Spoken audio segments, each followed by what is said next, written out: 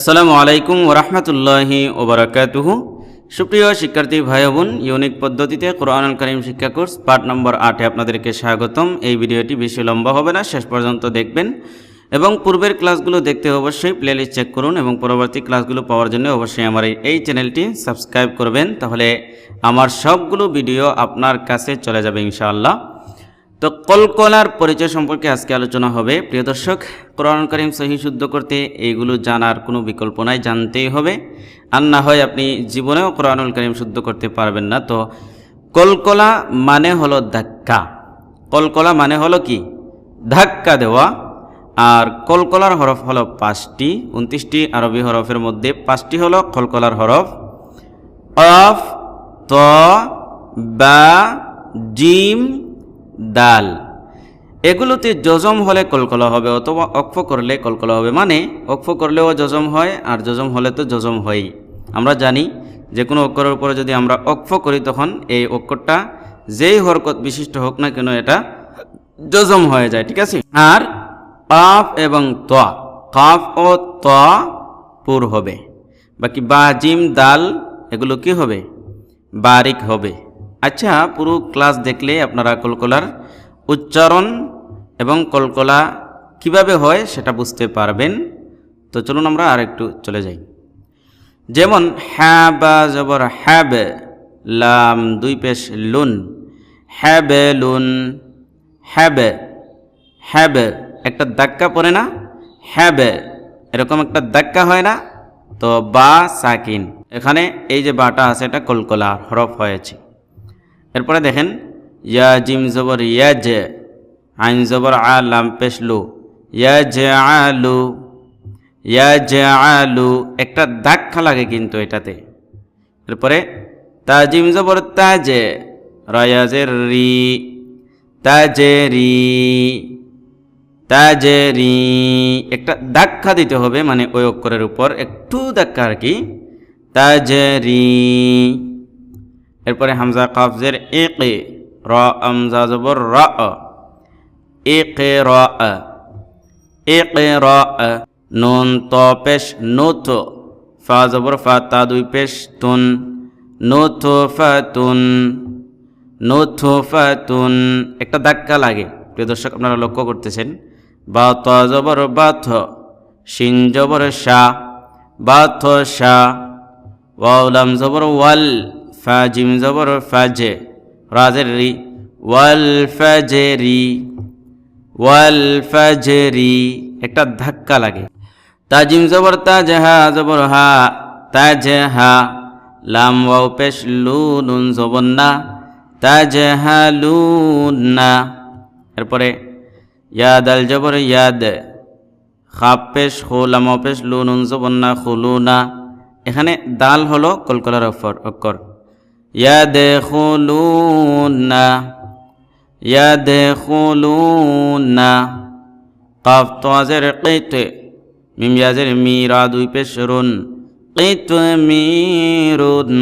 এই যে কাফ এবং তোয়া এই দুইটা যখন জজম হবে তখন এটা কলকলার হরফ হয়, আর কাফ এবং তোয়াকে একটু পুর করে পড়তে হয়, ঠিক আছে।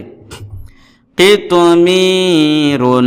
তারপরে খা জবর খা, লাম কাফ জবর লাক, খলাক, নুন জবর নুন, খলা জবর না, হা পেশ হো, খলাকনাহু, খলাকনাহু একটু ধাক্কা দিতে হবে। ইয়া কাফ জবর ইয়াক, ত জবর ত, আইন ওয়াও পেশ নুন জবর না, ইয়াকতাউনা, ইয়াকতাউনা। হামজা লাম জবর আল, খা ত জবর খাত, ফা জবর ফা, তা পেশ তু, আল খাতফাতু, আল খাতফাতু। কাফ বা জবর কাব, লাম জবর লা, হামিম পেশ হুম, কাবলাহুম, কাবলাহুম এখানে বা কলকলা ফর। হামজা খা জবর আখ, রা জিম জবর রাজে, নুন আলিফ জবর না, আখরাজনা, রা জবর রাজা, কাফ জবর রাজাক, রাজাক, নুন আলিফ জবর না, হামিম পেশ হুম, রাজাকনাহুম। তা দাল জবর তা, আইন ওয়াও পেশ হো, নুন জবর না, তাদাউনা তাদাউনা। ঠিক আছে, এরপরে আমরা বলছিলাম না যে যদি এগুলো জজম হয়, এগুলোর উপর যদি অক্ফ করি আমরা, তখন এটা মানে কি হয়, কলকলা হবে কাফ ত বা জিম দালের উপর।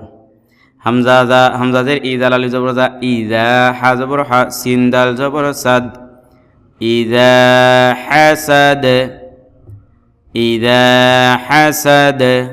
এখানে হাসাদ দা মূলত ছিল, কিন্তু অক্ফ করার কারণে সাকিন হয়ে গেছে। লাম আলিফ জবর লা, ইয়া কাফ জবর ইয়া, ক দজ্জে দজ্জে জের দুই, লা ইয়াকদি, মিম কাফ জবর মা, ক তালিফ জবর তান, মা ক তান। ওকে, মিম কাফ পেশ মক, তা জবর তা, সজ্জের সি, দাল দুই পেশ দুন, মুকতাসিদুন। সদ জবর স, মিম জবর মা, দাল পেশ দু, সমাদ। দালের উপর ওয়াকফ করব, এই জন্যই দালটা জজম হয়ে যাবে। সমাদ, সমাদ, একটা ধাক্কা হবে। এরপরে আহাদ, আহাদ, কুল হুয়াল্লাহু আহাদ। এরপরে তাবা জবর তাব, দালিয়াজের দি, তাবে দি, লাম আলিফ জবর লান, তাবে দি লান। লাম মিম জবর লাম, ইয়া জবর ইয়া, লাম দাল জের লিদ, লাম ইয়ালিদ, লাম ইয়ালিদ। ওয়া জবর ওয়া, লাম মিম জবর লাম, ওয়ালাম, ইয়া ওয়াও পেশ ইউ, লাম দাল জবর লাদ, ওয়ালাম ইউলাদ। ফা জবর ফা, লাম জবর লা, কাফ জবর কা, ফালাক, কিন্তু আমরা কাফে ওয়াকফ করব, ফালাক, ফালাক। ওয়াও দাল জবর ওয়াদ, রা বাজের রিবে, ওয়াদরিবে, ওয়াদরিবে। ঠিক আছে, তো প্রিয় দর্শক, কলকলার পরিচয় আমরা জেনে নিলাম। আজকে পর্যন্তই, পরবর্তী ক্লাসে স্বাগতম জানিয়ে শেষ করছি। আসসালামু আলাইকুম ওয়া রাহমাতুল্লাহি ওয়া বারাকাতুহু।